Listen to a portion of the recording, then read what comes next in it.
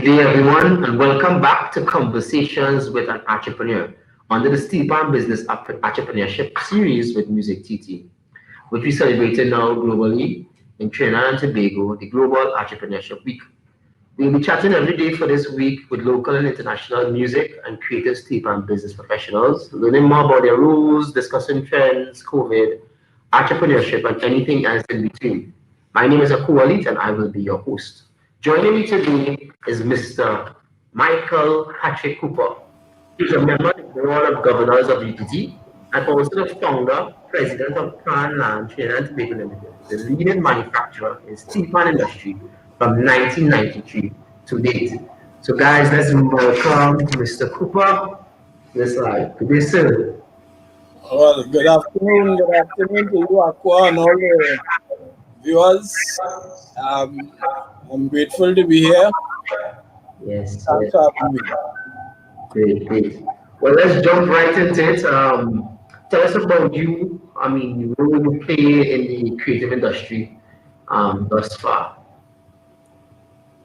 Well, I have been in this industry for somewhere around, I stopped counting at 25 years. So it's 27, somewhere around there, since I became involved in the industry. I became involved as an executive of the Neil and Marcy Group. Right. So I brought Neil and Marcy into the industry. Wow. But basically, I was the champion as far as I was concerned. It was my project. And about 2 years, less than 2 years after starting the project, I left the group and I left with the project. Right, okay. People would recall at the time, I was the managing director at the assembly plant in Arima, the motor vehicle assembly plant. And Steelpan was one of the industries that we had identified for diversification, because the motor vehicle industry was on its way out, and that was irreversible because vehicles were being allowed at a particular time to be imported into the country. So that was basically the end of the local assembly industry, car assembly industry. Right. So at the end of the day, the assembly plant was targeted for closure, and we were seeking to find other activities for the motor vehicle assembly plant. The Steelpan was one that obviously could not replace motor vehicle assembly. The one that I found very attractive to, and there were some things in there that I suppose grabbed onto me and didn't let go. And as the assembly plant was going out, I was being reassigned in the group, but I chose to leave and see what I can do to really build an industry out of the Steelpan. So that's how TTIL at the time, Trinidad and Tobago Instruments Limited, began. It was 1 year of Neil and Marcy, and following that, it was me. Right. I left the group, the Neil and Marcy group, with the company, and whatever operations, whatever facilities, which were minor, were being used at the time, and we moved to Laventille from Arima, just a stone's throw away from where we are now. Okay. And we set up shop there. So that would have been in 1994, 95. And in 1998, we moved to these premises, which are a little bigger, and try to build, something that is substantial and sustainable, and that can develop into a significant industrial activity or economic activity in Trinidad and Tobago. Um, so that's my entry Right. into steel pan manufacturing. I am not a steel pan. I'm not a player. I'm Right. not like you. I'm not a well versed in the music and that sort of thing. Yeah. But I'm an engineer by basic professional Mhm. basic training, and an industrial engineer of sorts. And of course, manufacturing has been my strength, as you would know from the assembly plant. Yes. Um, so the vision was to create a significant manufacturing enterprise or activity, but more so also to create an industry where there could be activities, feeder band of activities, and other economic activity that would be generated that would allow growth of a whole host of people, Right. um, and capabilities throughout the country. Um, when I got into this business, there were already, well, pan has been around long before that, obviously. Right. There were tuners, the best in the world, obviously. There were steel bands, there was business. Right. Um, I I attempted to put some kind of structure to that. I attempted to convert some of that activity into commercial type activity where you can have a factory type setting, a factory situation, as opposed to um, the kind of shops, the craft shops, the small operations Right. that you would have with a tuner and some people helping him and that sort of thing. And they were all doing okay, but I thought I could have taken it to another level. Right. Um, so the vision was really to create a significant industrial activity, a sector of activity, which I saw the attraction, of course, was that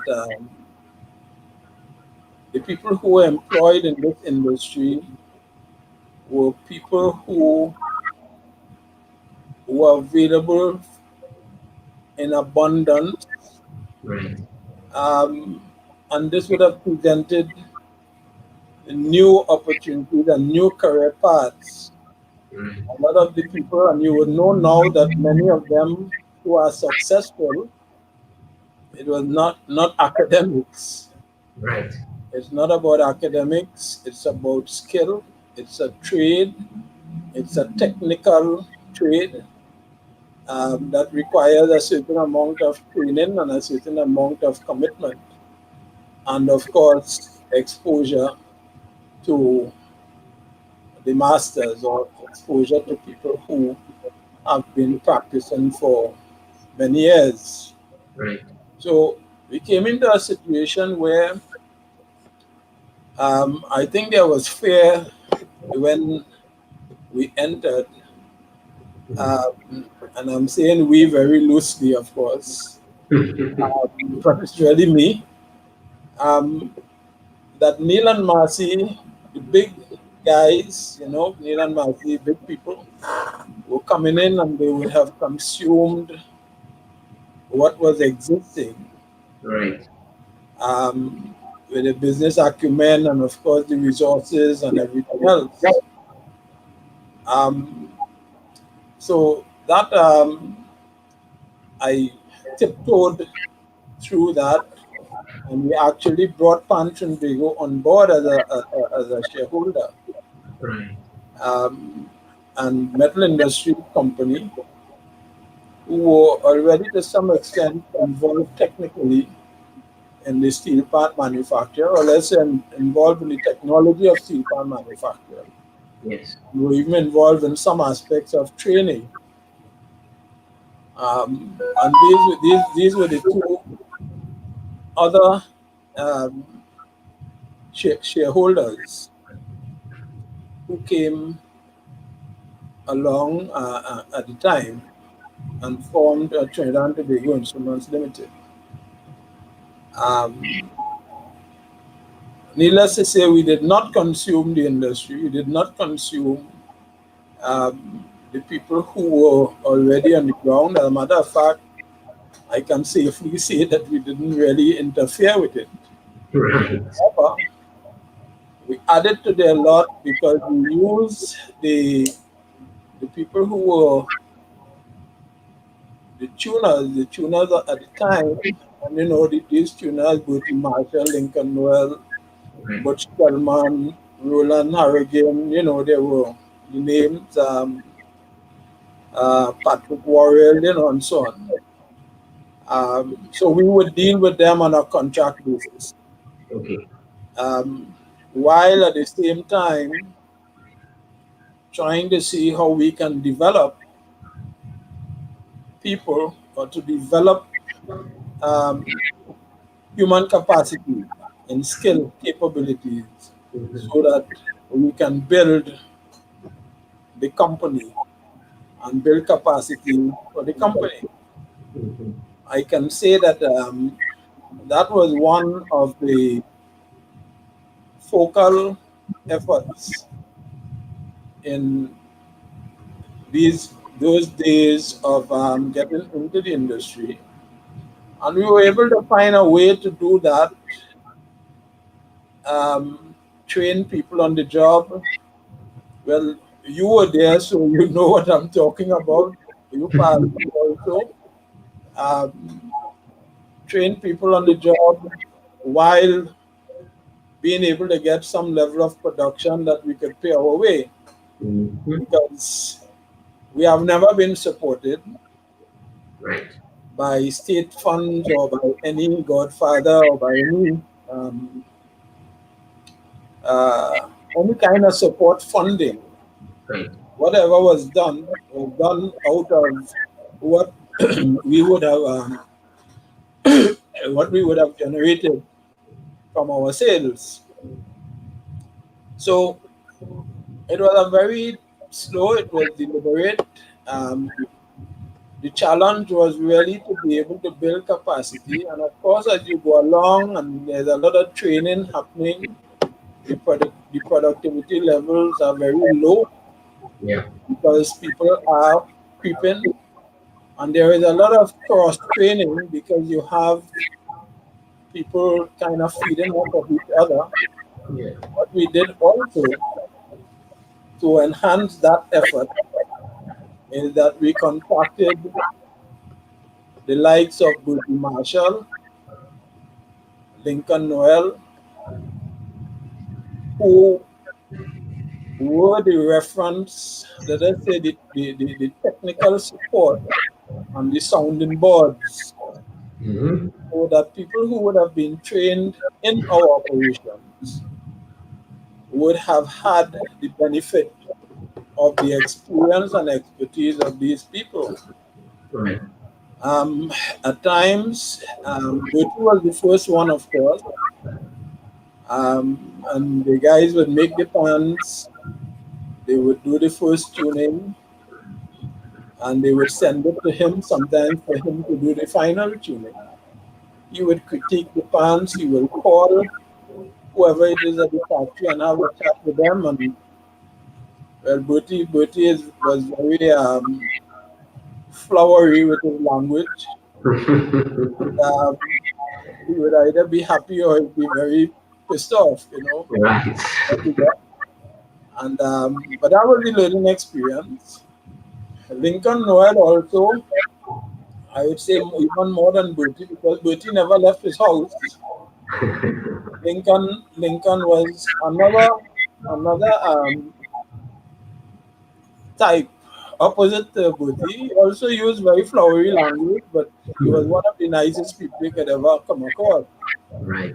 And he would have spent a lot of time in the factory, sometimes not in the best physical condition. Right. And we took care of him, and which allowed him to pass on his skills and directly interface with the guys in the factory. And that is the sharing that took place. That is the, call it on the job training, Yeah. that took place. And as we went along, a number of other things happened which would enhance that activity. And we had, I would think, we had success Right. to the extent that I think we can safely say at this time in the evolution of pan in Trinidad that most of the top tuners Yeah. were Panland people. They came through this system that I just discussed. Right. Obviously benefited from it. Many of them, their grounding was here, and this was their platform to launch their careers. These guys are generally very successful now and doing well. Nice. But this is kind of our story. How we got in there, how we maneuvered and we made our way. So, if you have questions, that answer. Yes, definitely. I don't want to decide what to bring to me. Correct. Definitely. You see, that whole story there, as you said, I was part of it. When I decided to make Steelpan my career, then I said, you know what, I don't want to just travel. I want to know every single thing about Steelpan. I learned that it had a pan factory, which blew my mind. So you could actually go and work in a space and would teach you how to play pan. But I didn't have any information. I didn't have no knowledge. I had no skill. But you hear I'm going to a factory to work, and while working, I am actually being taught a skill. So that whole process of the business accommodating nascent talent and making them get this hub, because it was like a hub, to nurture that into becoming professional. Yes, guys, I did Steelpan for 3 years on the Panland, who didn't know. But as Mr. Cooper, on a business point of view, you said you had no support, you had no funding. That was based on you and your team. How big that was. How were you able to survive that? You're developing people, you're trying to get production in, you're trying to make sales, you're trying to build a brand.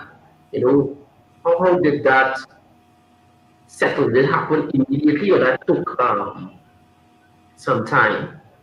Well, it took some time. It was a much more process than we would like, and of course there are a number of things there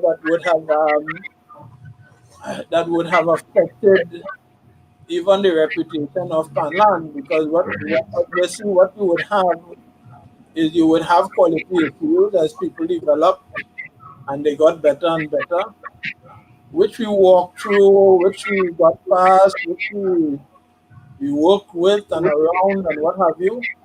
There were technical issues, there were issues with materials. Right. There were issues with even the training activity itself. We were able to do even specific training activities. For example, We did a training program, a 2-year training program that was sponsored by MP. Right. And one of the people who actually came out of that was Augustus Peters. Yes. Augustus worked with us after he graduated from that program. He worked with us a few years after. I don't know, maybe about 4 or 5 years. And Augustus is now one of the best of the cream of the crop, right? Agreed. In tuning. Out of that came also we did a training program for the Defense Force. Jason Stafford, Yes. he was an employee here, and then he went into the Defense Force, and he was able to convince them to send him back Wow. to Panland for 2 years. So he was full-time here, paid by the Defense Force, Wow. and now he runs the Defense Force steel band, Wow. and he's also the tuner of that band, right? You asked the question how we were able to do it. Sometimes I wonder myself. But we were sort of pioneering in a lot of areas. The miniature pan Yes. is one of the vehicles that we use to break through, to allow us to pay our way and allow people to train at the same time. Wow. So someone would come in and start on the miniature pan. All Right. the principles are the same. And being able to break through with the miniature pan, you can graduate into the higher level pans, Right. and you can actually get promotion Right. into being allowed to tune the other pan. Of course, we had a lot of man taking push all the time because people obviously want to push themselves up. Yeah. There you have, in the same space, you have people who are also tuning the big pans. Right. So you have that kind of cross, and then you have the people like Lincoln, and there, this guy Bob Thomas was with us for a while. He deceased. We had Doyle, who is also deceased. They Yes. all were here, um, helping, showing, advising. Um, but the miniature pan allowed us to create a revenue stream, and to fund that same training activity, by people who were doing miniature pan and doing big pans, and then, of course, we progress going up there. Right. Um, so I think that was really the formula at the time. Um, we have not we had not gotten. I mean, right now we just got a approval for a manufacturing steel pan manufacturing grant from the Yes. Ministry of Trade, which is like it's a big thing for us because the first time we get something, you know. Yes. Yes. Um, Yes. but right now we are going through the first set of procurement using Right. that grant, which is Right. going to help us. But we have taken some good licks. Wow. We have taken some good licks along the way, um, but we're still standing, Definitely.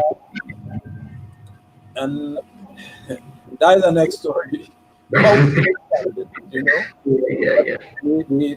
the bottom line is that we are still standing, Yeah. and we are able to access the grant, and that is going to it would inject some Right. light in our situation. Right. We have to be grateful for the small mercies. Yes. We are very, very grateful to the Minister of Trade, Paula Gupikun. Yes. The grant actually came out of a visit that she had here with me um, just before independence last year, 2019. She Right. came, surprised me actually, Wow. way before and tell me that she coming. Because I had been pestering the government and advocating for this industry, especially the new government that came in 2015, Right.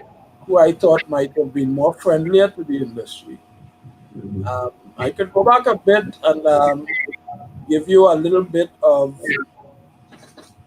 how how we got to where we are now. When I say where we are now, I mean in terms of our for want of a better word, catch our state. Yes. Yes. Yes. Definitely appreciate that. Yeah. In 2016, I went to the marketplace and we got um, an investor to come on board well, it was Trinidad and Tobago Instruments at the time. We changed the name to Panland Trinidad and Tobago Ltd. in 2016 with the restructuring that would have been facilitated by this investor at the time. Right. Um, with that investment, one of the major acquisition would have been our powder coating facility, Yes. and that capability allowed us to coat any metal, any steel, any metal, any metal, and do refurbishing work. And we also brought, this is a coating for the steel pan that was not really applied before that. Right. We were able also to convince the Ministry of Education that powder coating was the best option for coating of pan in their education system, in the classroom program, Right. as opposed to chrome, which of course is still popular, but which will be popular, everybody see pan, it's cold and so on. And the powder coating, what that brought is it brought a coating that was durable, Mm-hmm. that could have taken the hammering from the manufacturing, tuning, and so on, and that had certain corrosive, anti-corrosive properties. It could have withstood weather Right. much, much better than chroming and so on. Mm-hmm. Um, and these pans in the hands of children, you're exposed to more danger than in a panyard. Yeah. Um, but the most important thing about the powder coating was that you did not lose, if any at all, the vibration and the sound quality. I think it took away a little on the higher registers, but generally speaking, it was compatible, it was durable, it took wear, Right. it was just a good fit for the ministry's program. And of course, they bought into it. So, So effective as well. It would have been cheaper than crude. what's that? It would have been cost effective as well in terms of Ah, well, that is even more important. Maybe right. it is much, much cheaper than Right. chrome, you know. So um, that was a big thing for us. So in 2017, we had our powder coating facility installed and operating, and we were able to do a lot of work for this program. Um, and of course, we being a manufacturer, we also got some pans to make and so on. We Right. couldn't take everything.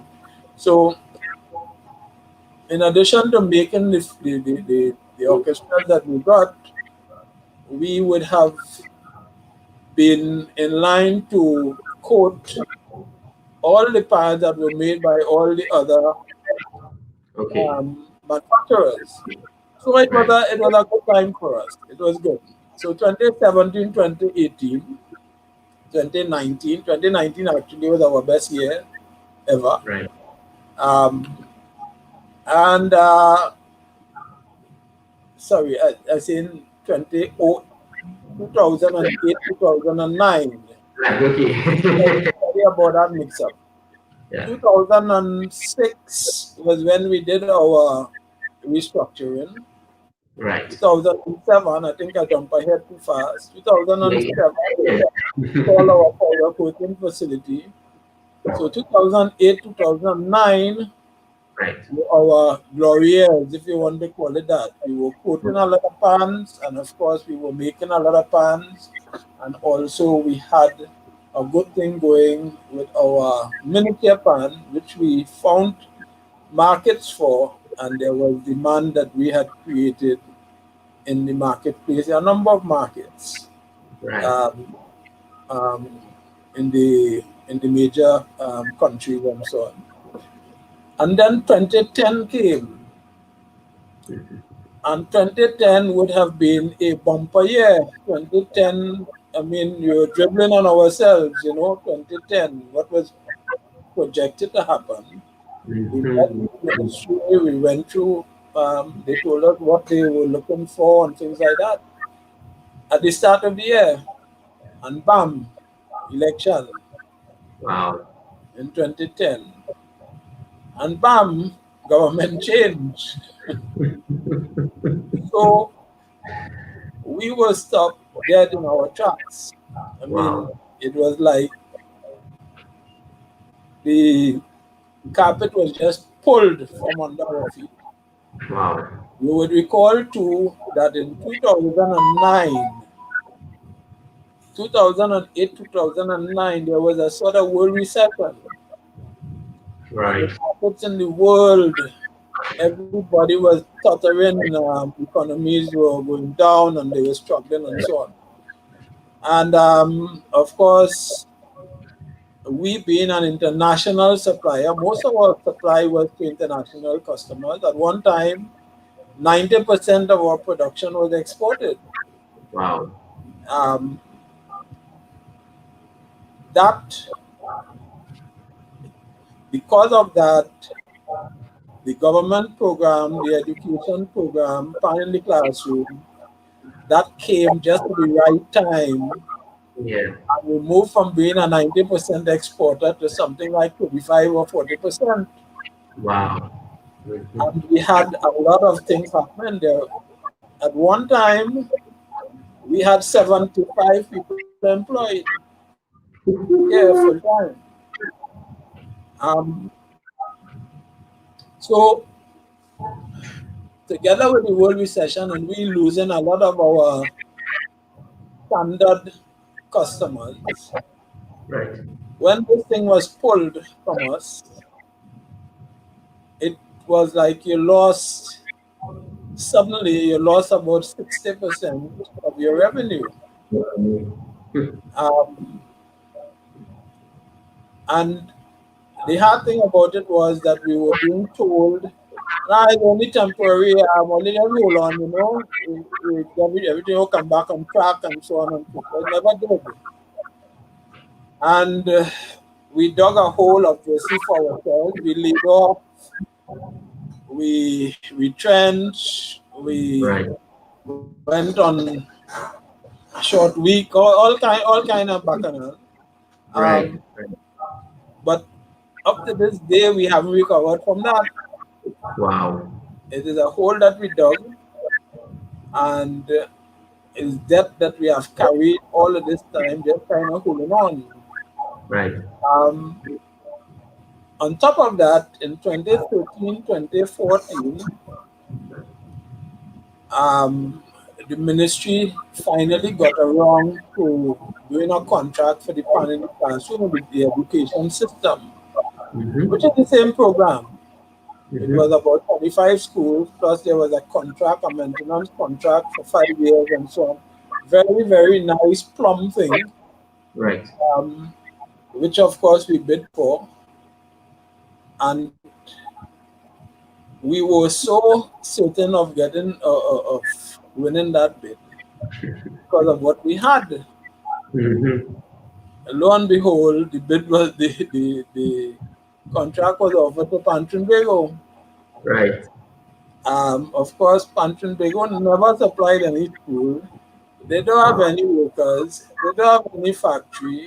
They don't have employees. They don't have no capability. They have no history. They have no whatever. However, they got it. Akua, I really don't know, but they got it. Right? And obviously, legally. So that was another sort of letdown for us. But we continued to persevered on. We got some little things and we went along and we tried to do some things with the toy markets, and we have continued to stay afloat, but just stay afloat. We have some rafts that have life rafts that have been provided by a couple of people who are not coming down and not receiving things, and that has allowed us to stay alive. But we continue to do some business, and we continue to have hope in a future. I think with the minister's intervention, I mean, she came and she saw the operation. I explained to her what the situation was. Things I've been telling them all along. She saw firsthand. Right. She got an education in how a pan is made, and this was it, because all her staff came and so on. And the grant was the result of that visit. Right. So the grant now that is offered to the industry, and I mean we have applied. We have been successful in approval. We haven't started the benefit yet, but I expect that will come. You know, that is coming. But a number of people in the industry, I expect will benefit, and some have already. I expect will benefit from the grant, and will allow some kind of life in the industry, and it's support that is needed. Right. And based on that quick description there, a few things stood out. Number one, and I mean, I'm not hearing enough people talk about it. They talk about the toy industry. They talk about affording tuners an environment for them to foster and grow and get promoted via including the petty part before they graduate to the big part. But while that was happening, you entered into different manufacturing space, or I should say a different industry, which was the toy industry or the petty part industry or the whatever else you brought it. And I can remember being in Panland and exporting trophies and plaques. We were there for being the best exporting company in Trinidad for X years. Was it because that toy industry, is that toy industry still flourishing in terms of wanting those instruments and so forth? Well, the toy market is the toy market. I think if it's one thing that will exist even with COVID, is a toy market. Yes. People are going to buy toys for children. All over the world is one of the products that you would find in every country. I think Santa Claus has done quite a marketing job worldwide. You know, so the toy market is multiple times bigger than the music market. Yes. And I mean multiple times. It's a huge market, and it's a market that is kind of compelling. It's also a very, very, very seasonal market because it's straight for quarter sales. Yes. But getting into miniature pans, at first, as many people would look at the pans and say these are souvenir pans, because it is the pans that tourists would buy in the Caribbean or even in Trinidad. They come off and they see a miniature pan. They say, well, you landed the pan, they carry a pan home as a souvenir. Whether Mm-hmm. it's tune, whether it's tune, whatever. We got into miniature pans as initially as part of what people call the garden market, strange enough, Wow. because the big buyer at the time was a manufacturer of wind chimes. And they bought this as an addition to the line that they had.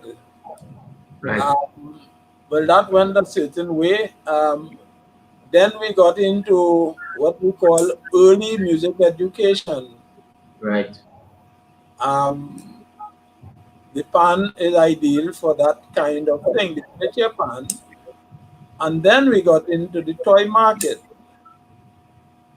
So products were designed specifically with these things in mind.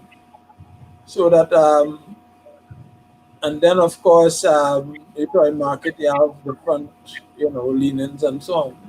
So Right. that the miniature pan is an opportunity that is there. Um, and there will always be toys. Yes.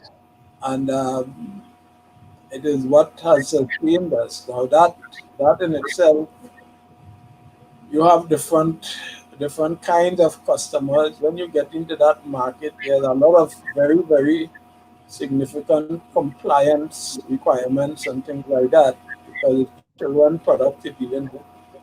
You have to be Yes. lab tested and certified, and it's quite a journey. Mm-hmm. We have made, we have gone the whole mile, and the bottom line in all of this is that you need to have money, you need to have resources to be able to capitalize on any of these opportunities, because you have to have production capability, which you don't walk out in the street and get just like that. Because as I Right. explained, there is training, and there is each of these people have to walk a road. They have to do certain. They have to gain a mile, just like a pilot or whatever, Yeah. Yeah. Yeah. to get an accomplished level of tuning, which is a critical skill. The other Yeah. skills you can tune up pretty quickly, but Yes. tuning is critical. So you have to have some kind of significant resources to allow you to do that.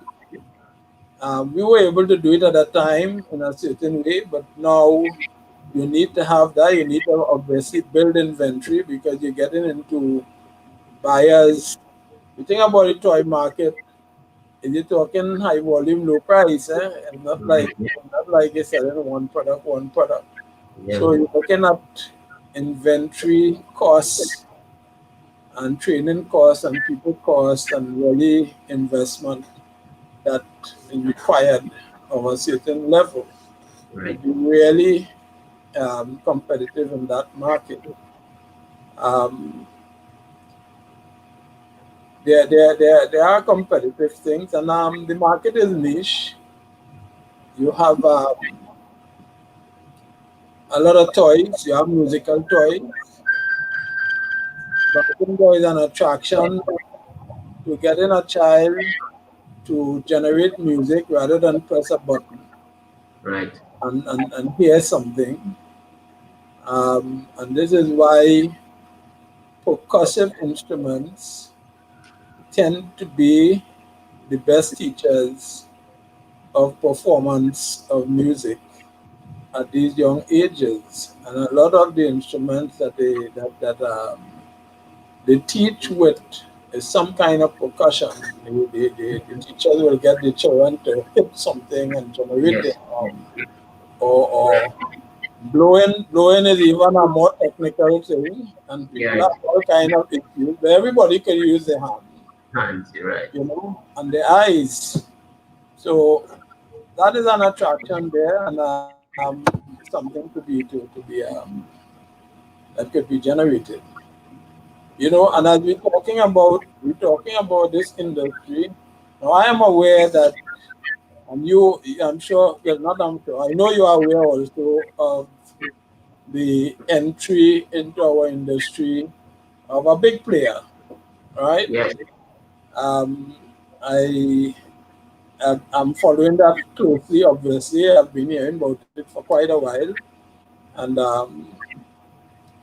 and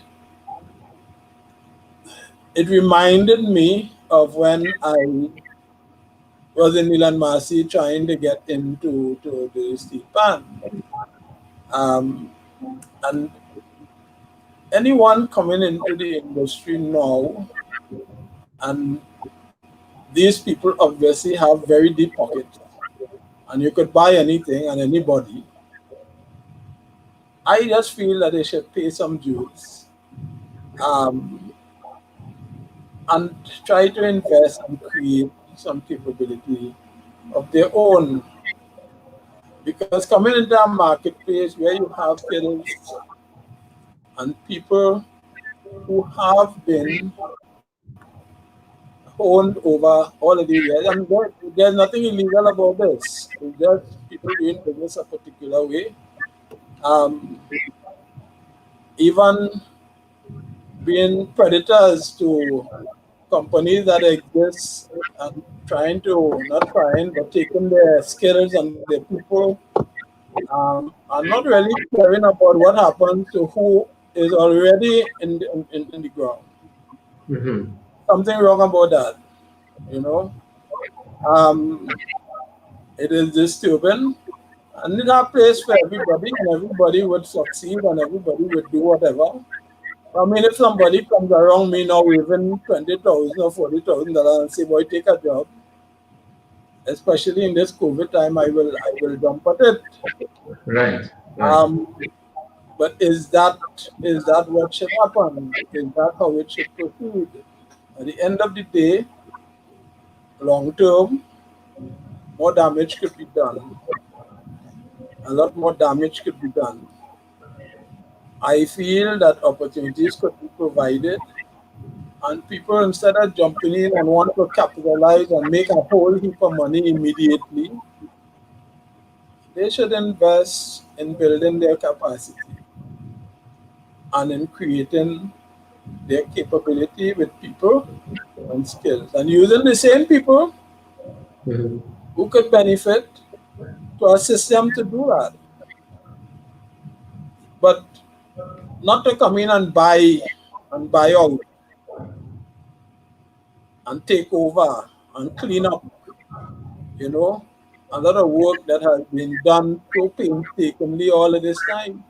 And I know the thing, we are the best, we want the best players, we want the best tuners, we want the best whatever. We're going to be the biggest, it's Trinidad, we're going to produce the best pans and whatever and whatever. But that is not all. That is not all. I think So I definitely. I expect that this is already, I know it's on the way. I know that building going up and nail ponging and construction taking place for this new huge pan factory, and that there will be a lot of fanfare, you know, that these people who are the real business people in Trinidad have finally got involved, and Trinidad is going to be this producer of pan.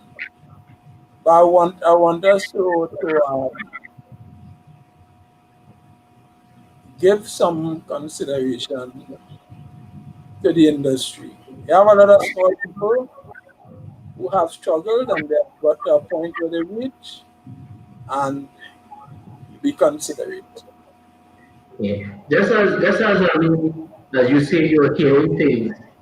Sometimes Not everything you hear might be totally factual things. And just as you said with your massive community organization and the same farm film could have been happening behind you on itself, and then you look at it in Orlando and you look back at what would have transpired there, your tensions were pure.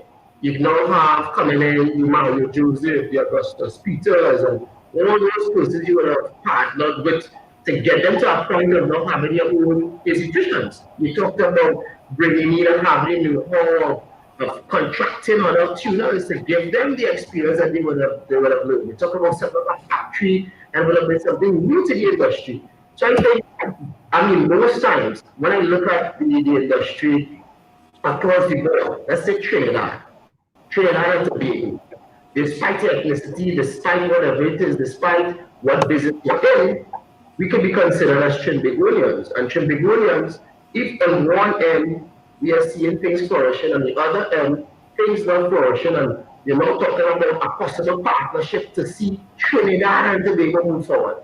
I think we should be open to things like that. So I hear your point, and I definitely understand your take on it. But I think let's give it some time to see what's really happening on that. I am very open to it, and I think anybody who knows me, Right, including these guys who you just mentioned, who came out of here, right, I've always been complimentary. Mario was here for 15 how much years.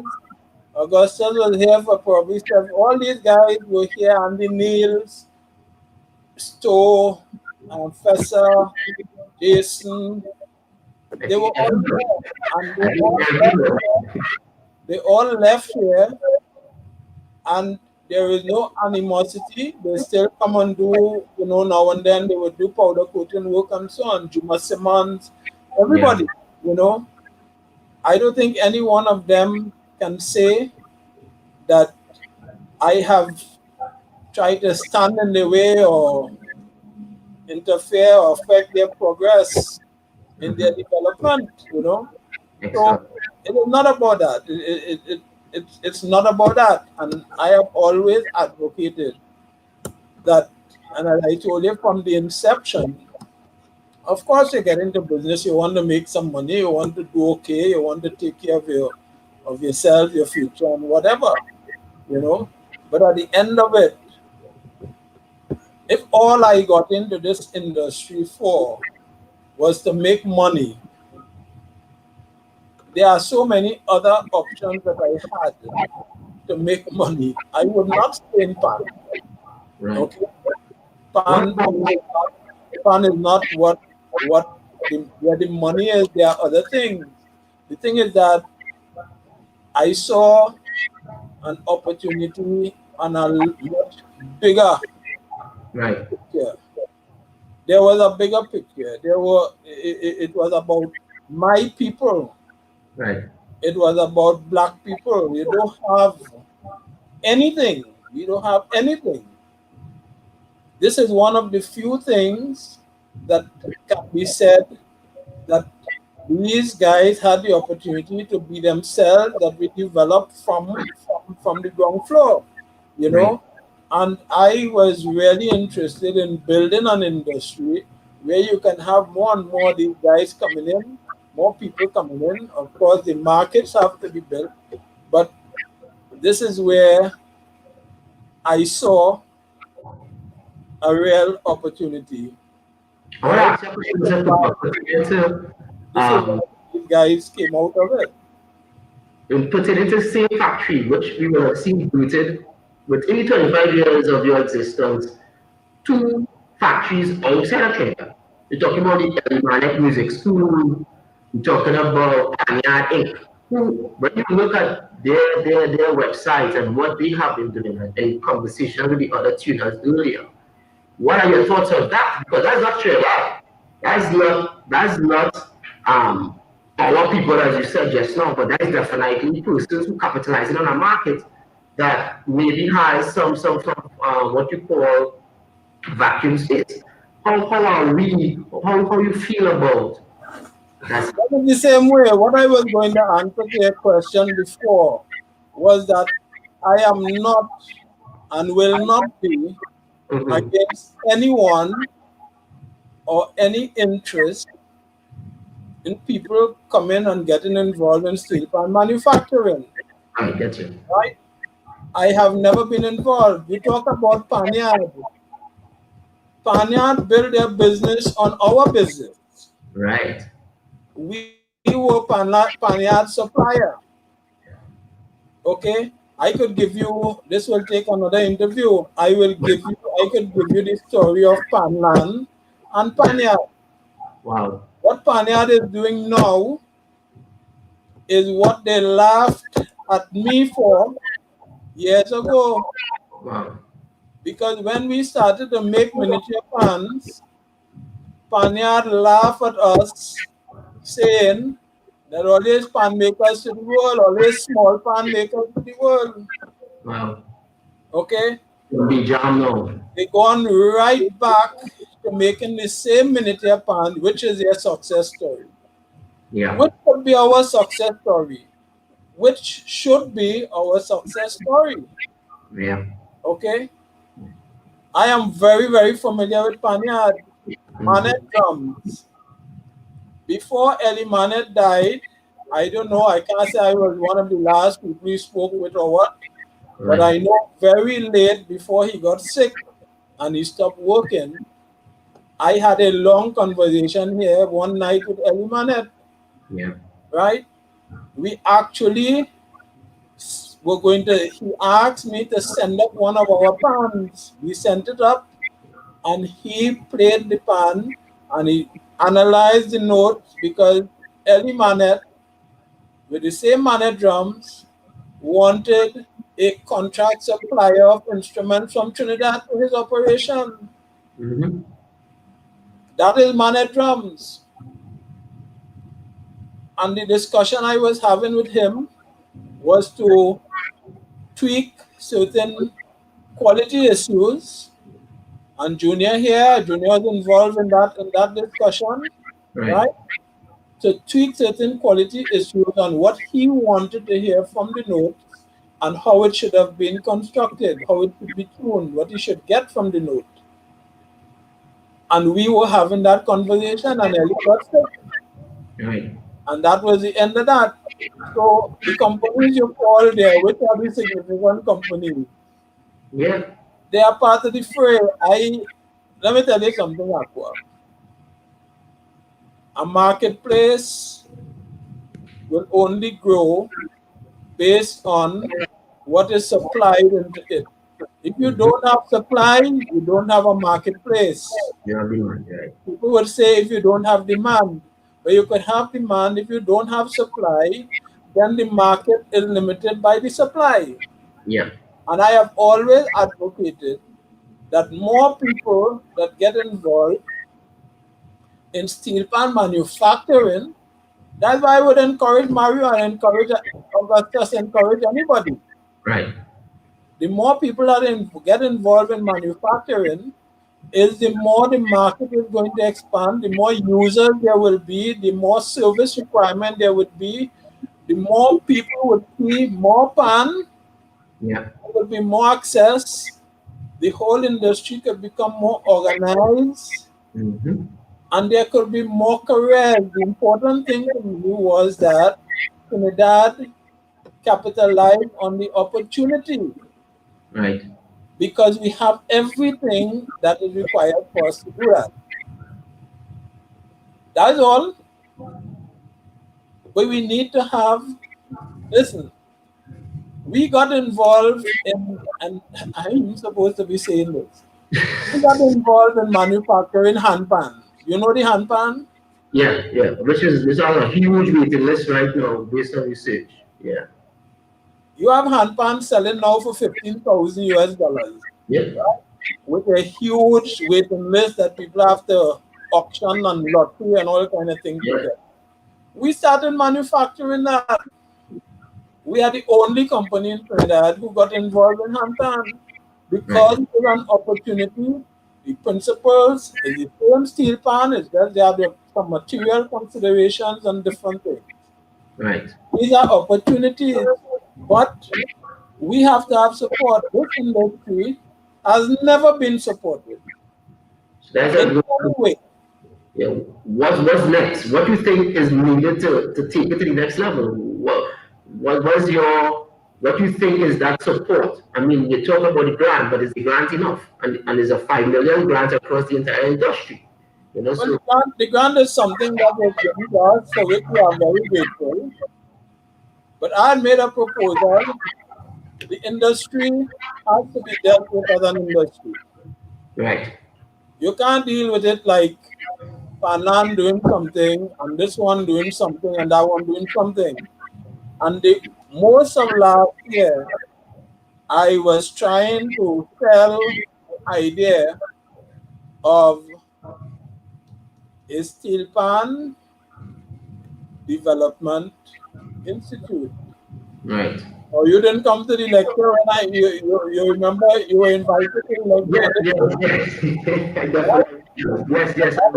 That is what it was about. It Right, was about looking at our national instrument and looking at the framework, including all the aspects of the national instrument, and having some kind of structure in the country where there could be a certain kind of governance or relationship between all the players in the steel pan in that arena, whether it be yourself, whether it be musician, whether it be composer, whether it be arranger, whether it be manufacturer, whether it be service people, whether it everybody.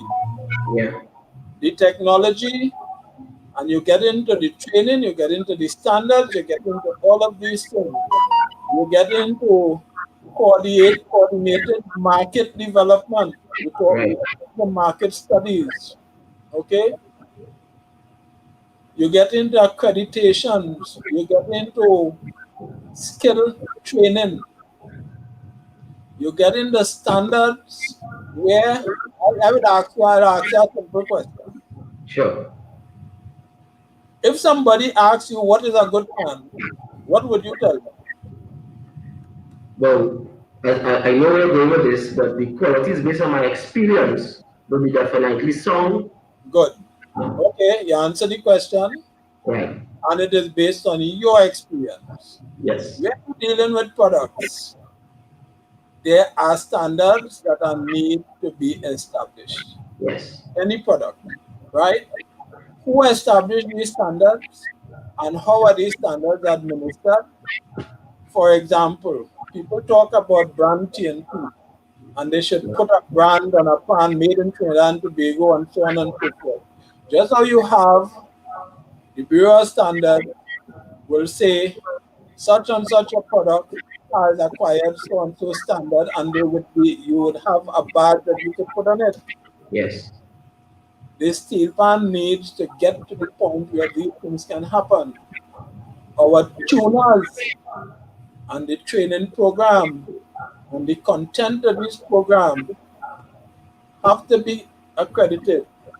And people coming out of various programs should be known to have certain certification and certain capabilities. Right. That does not happen. It does not exist. Unless you have some of these structural things, I just touch on a couple. No, sure. Unless you can have some of these structural things put in place, right, where there is some level of coordination, there's a level of people knowing what the things are supposed to be. You're not going to have structure in steel pan manufacturing. You Right. will have people manufacturing and making things and selling and going about their merry way or getting rich or whatever, Right. right? But in terms of development, an industry has to develop in different ways. Now, there are a number of players involved here and have to be considered. You have Panland Trinidad, you have the government, you have a number of players and stakeholders. So it is Mm-hmm. not a simple. I mean, I can't take up your hour just talking about this. You I mean, know? the hour is up, but I think we can go a little over. That's not a problem. I think we are Yeah, getting some good information there. yeah. What's that? Sorry.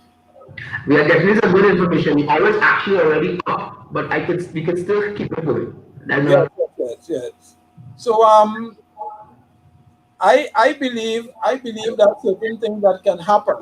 Certain yeah, things can happen, certain things can be put in place. And I feel that the industry needs a certain kind of attention. It needs a certain kind of structuring. Right now, the industry is not being paid attention to. There right. is no entity that is concerned with steel pan manufacturing in Trinidad and Tobago. People just doing their own thing, people finding their way, people making what they can make, and that sort of thing. That is what currently exists in Trinidad and Tobago. And that needs some kind of structure, some kind of framework, and something that would allow it to best deliver on Yeah. all of this capability that we have. So what type of response you got on the framework thus far? I know you did it at UTT a couple times with Yes, Professor. So what type of the response has been very positive, very, very positive. We had got to the point, I had good detailed conversation with Kwame Ryan yes, about how we can implement. right. We had a pathway of getting things going and implemented. However, COVID, Yes, got in the yeah, yeah. way and hasn't left as Uh, yet. As you're talking about UTT, and I know you serve on that board, and recently learning of Mr. Sharp's honorary doctorate from UB. And Yes.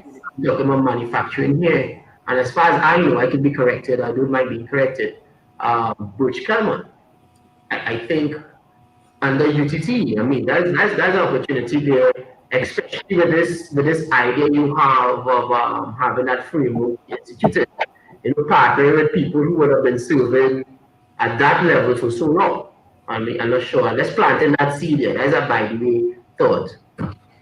Yeah, UTT presents an opportunity for this kind of thing to be introduced and to develop, this Yeah, kind of remote, it's a good place to start, you know.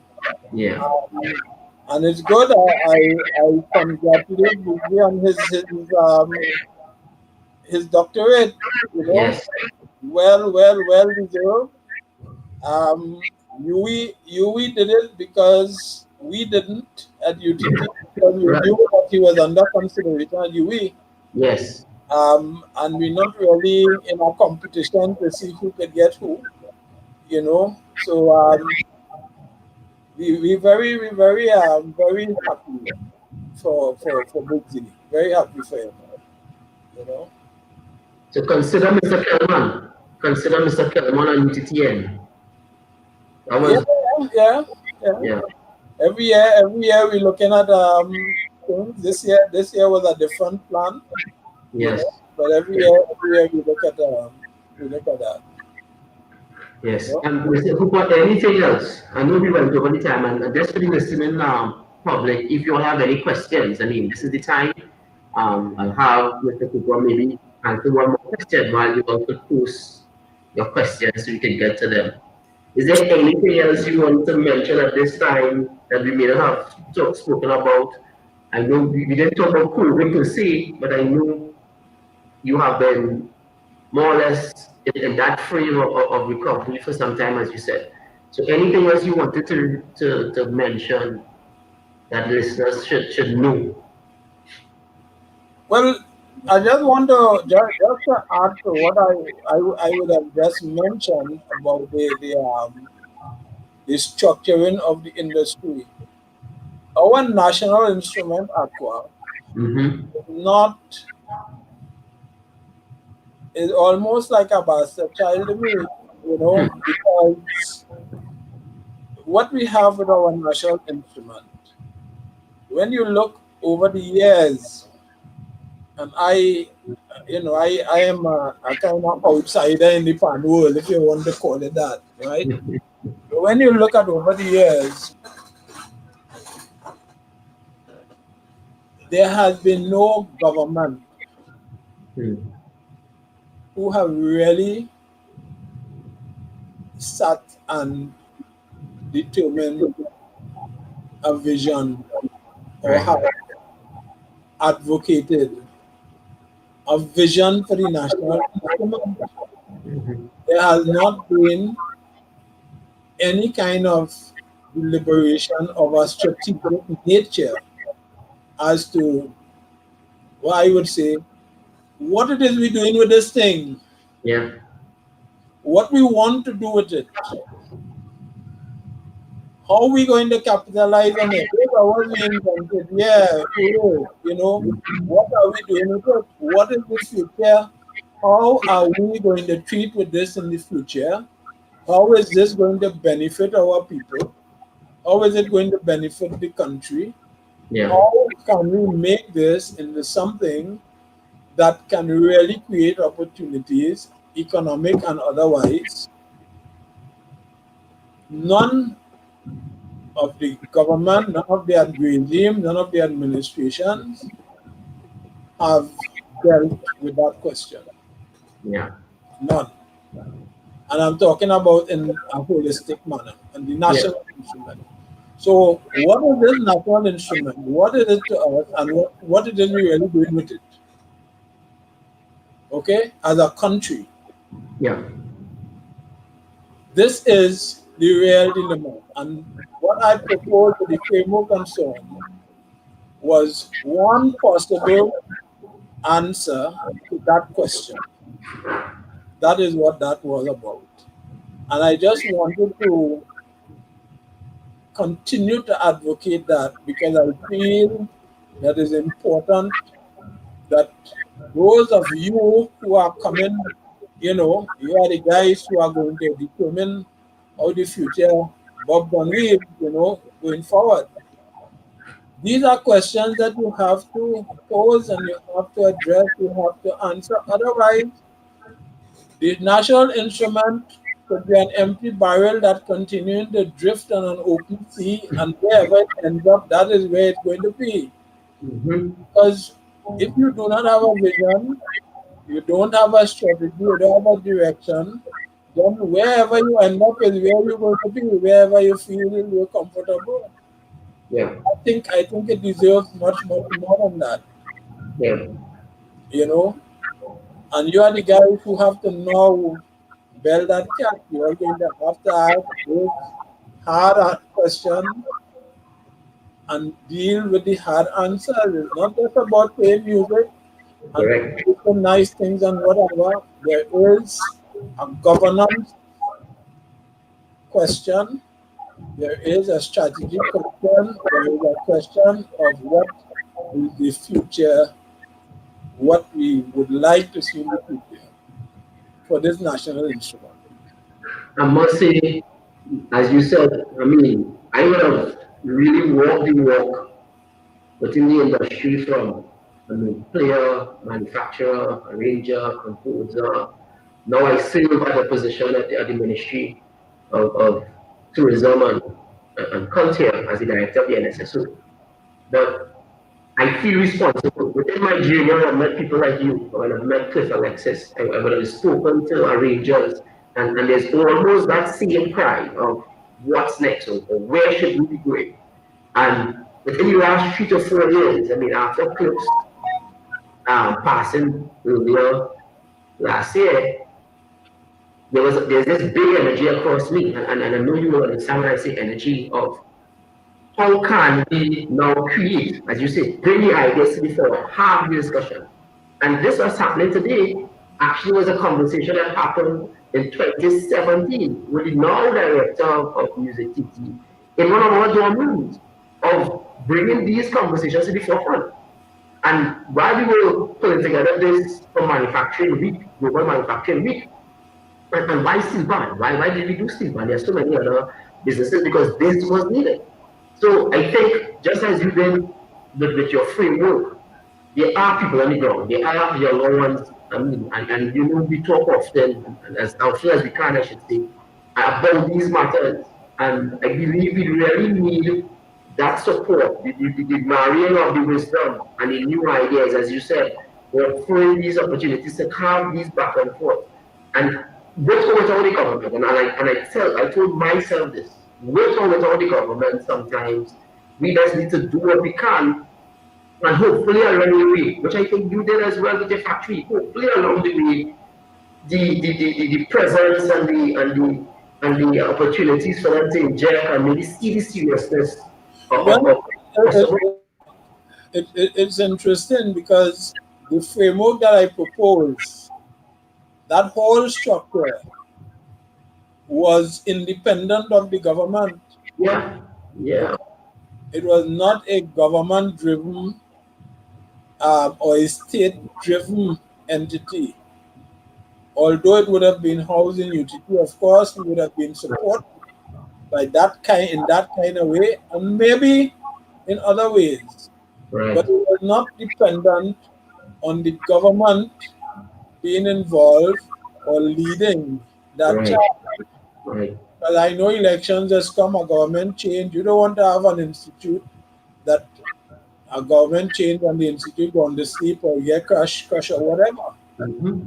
So the model that was being proposed was definitely not dependent on government financing or anything of that nature. right. Okay. I think it's So definitely needed. It's definitely needed. Well, I haven't seen any questions. I must say, a very lively conversation once again. yes. Thanks for your time. Thanks for sharing openly. And again, you're one of the persons I really look up to as a mentor, as somebody who took that big leap of faith and created something that is now positively, I should say, affecting our industry. So, Mr. Cooper, on behalf of Trinidad Tobago Music Company Limited and myself, we really want to say a heartfelt thank you for your time. Well, it has been my pleasure. I always enjoy expounding on this. Yes. I have to let out. Yes, yes, So yes, I yes. appreciate the opportunity and thank you. And I wish the organizers, all the best also Thank you. success in what has been tried to achieve here. Thank you. Thank you. Okay, Aqua, you take Yeah. it. All right. Bye bye. Thanks, audience, for tuning in, and we will see you all again tomorrow. Bye bye.